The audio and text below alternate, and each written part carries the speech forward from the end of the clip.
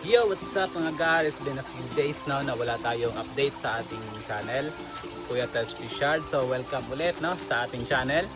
At dito sa ating munting crab fattening setup. Marami tayong mga update no, ngayon dito sa ating munting fattening setup. Marami tayong update dito sa ating channel.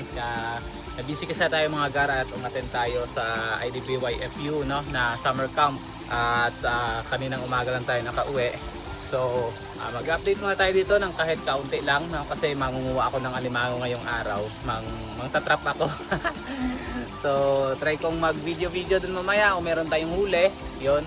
So mag quick update muna tayo kasi maglalagay ako ng mga pain no? Sa ating alimango trap. At sana kung meron tayong pang video, kasi wala pa tayong pang video ngayon, wala pa tayong action camera. So ang meron na tayo ay cellphone. So sa ngayon no, mag-update muna tayo dito sa ating munting setup. Tapos later no, mangunguha ako ng alimango. Tara!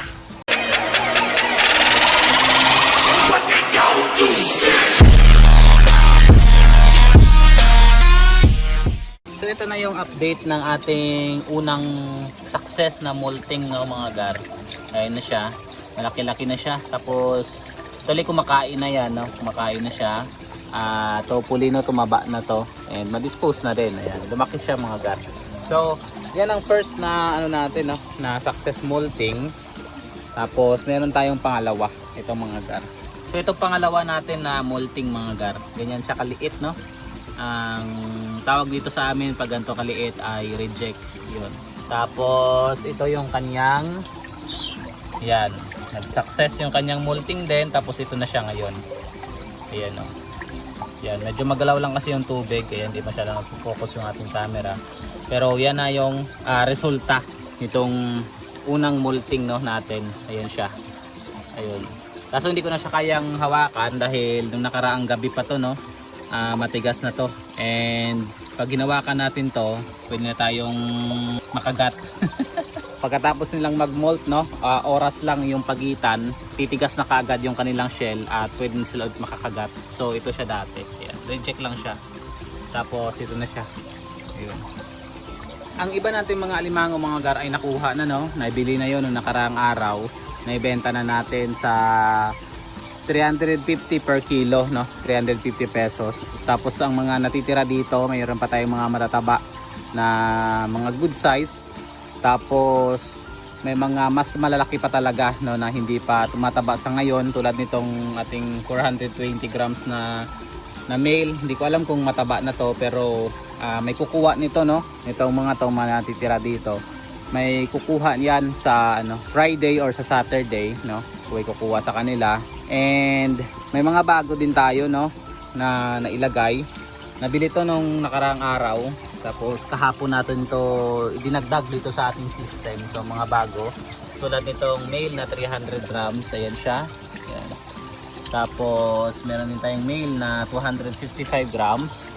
So dito siya itatago sa gilid. Tapos meron tayong male din na 180 grams. Ayun. Yan siya. Then ang ating male na 165 grams. So ito siya. And yung male din na 155. Hindi, mali ito. Female ito no, female. Female na 155 grams. Ayan siya oh. Ayan. So baguhin lang natin yung marking kasi female dapat yan, female.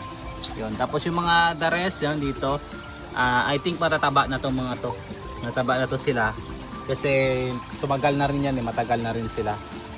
Then ang ginagawa ko na dito mga gar no, hindi ko na pinapatay yung system natin kasi napapansin ko no, na pag pinapatay natin mas tumataas yung mortality ng mga alimango natin. Kaya ang ginagawa ko 24/7 na talaga na pinapaandar ito. So ang gagawin ko na lang dito sa susunod no, hanap ako ng paraan na pag nagka-budget no, i-convert natin to sa solar para ma-lessen yung ating electricity. Tapos dito mga garno, meron na tayong mga reject, isang linya ulit. So nung nakaraan pala mga garno, nabenta yung mga reject natin, yung mga matataba no. So naubos yung mga reject natin, iilan na lang yung natira. Tapos nagdagdag tayo ng mga bago. Ayan, kasi nung naaraan mga gar no, nang trap ako ng mga alimango, so hindi ko na napakita, kaso nang trap ako ng alimango mga gar, at ito yung mga nakuha ko no, nilagay ko dito. So meron akong mga nakuhang mga maliliit talaga na mga reject, pero pinutulan ko sila ng mga ano, ng mga sipit. Kaya apat yan dyan sa isang lagayan. Pag walang sipit mga gar, ang ginagawa ko, dinadamihan ko sa isang lagayan. Pero pag mga malalaki, no, malalaking reject, yung medyo good size, hindi ko tinatanggalan ng sipit at nilalagay ko sila individually. Yan, nilalagay ko sila individual.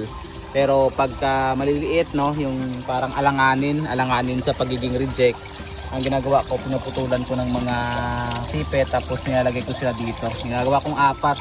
So mangyayari nito, no, ang gagawin ko dyan, kaya pinuputulan ko sila ng sipit para hindi sila mag-away. Tapos ang gagawin ko dyan kasi, ipapamolt ko yan sila, and itatry ko na kasi talaga yung soft shell crabs. Pag dumami na yan, itatry ko talaga yung soft shell crabs. Tapos itatry ko rin, no, kung yun ba ay good dito sa market sa Pilipinas, lalo na dito sa Negros, no, kung merong magtatangkilik ng mga gantong klaseng pagkain, no, na hindi siya yung typical, no, na alimango na talagang matigas yung kanyang shell. So yung gagawin natin ay yung mga crablets, no, ipapa-soft shell crabs natin.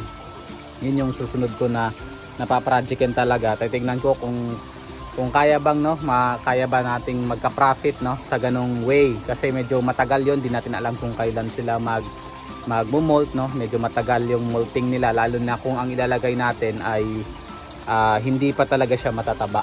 Yun. It takes 2 weeks, no, para tumaba sila. Then hindi mo na alam kung kailan sila mag-molt. Tulad niyan dito, no, matagal na yan sila. Dito matagal na. Pero hanggang ngayon hindi pa rin sila nagmo-molt. So dalawa pa lang talaga ang successful na nag-molt. Ito, no, at saka yung una nating video na nag-molt din. Ito pa lang. So meron ako dito mga tinanggalan ng paa. Yan, may sipit sila pero tinanggalan ko sila ng paa lang. So sa ngayon di pa rin sila nagmo-molt, pero sobrang taba na ng mga yan. So yun ay inaantay ko pa rin, no, kung kailan sila magmo-molt, kung ilang buwan, no.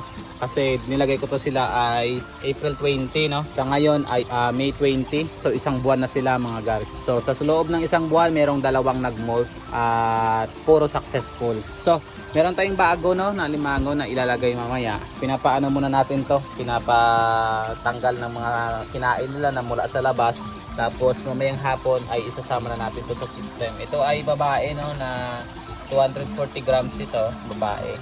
Payat din. Tapos meron tayong isang male, no, na I think 395 grams ito ng tinimbang ko kahapon. Yan, payat din ito. So ito pinapatanggalan muna natin ng mga kinain nila galing sa labas, tapos para malinis sila, no, na papasok sa system natin. Mamayang hapon ko to ililipat kasi ngayong umaga ngunguha muna tayo ng alimango. Try natin kung makakuha tayo ng idadagdag dito sa system natin. Lalo na yung mga alimango na gagawin natin soft shell crabs, yung mga reject, no, na alanganing reject, yun yung ilalagay natin. Ayun. So dito na lang muna yung video natin mga gar, no. Mamayang hapon mag-update ulit tayo kung meron tayo makukuha, no, sa pangunguha natin ng alimango. Kung i-bless tayo, no, sa ating pangunguha. So sa lahat ng mga nanonood, no, ng ating video, shoutout sa inyo. Hindi ko na kayo may isa-isa. At salamat, no, sa inyong pag-support pa rin, no, kahit matagal tayong nawala. Nandyan pa rin kayo mga gar. Tuloy-tuloy pa rin suportahan ang ating channel, Kuya Tens Fishard. At yung ating page na Kuya Tens Fishard din. So kung meron kayong mga need, no, na alimango, lalo na kung malapit lang naman kayo dito, no, mag-message lang kayo at isend natin yung presyo. Baka gusto nyo lang, yun, ganun. Tapos kung nakapanood ka ng video nito, tapos dito malapit ka lang dito sa area namin, no, dito lang kami sa Alambiod, no, Alambiod Ilog, na dito lang kami. So kung meron kayong mga alimango na payat, no, dalhin nyo lang dito, no, yung mga, lalo na yung mga good size, no, binibili natin yan. Tapos sa susunod, no, bibili na rin ako ng mga matataba, no, lahat ng klase bibilihin ko na. Inaantay ko lang talaga yung trapal na paglalagyan natin ng mga mabibili natin mga matataba at saka ng mga maliliit, no, yung mga reject. Yun yung paglalagyan kasi natin. Baka kasi pagka bumili tayo, mapupuno agad tong system na to ng mga reject. Ayun. So hanggang dito na lang yung video natin mga gar. Sana ipatuloy nyo pa rin suportahan ng Kuya Tens Fishard. So like, share, and subscribe, no. dito sa ating channel. So hanggang sa muli, to God be the glory.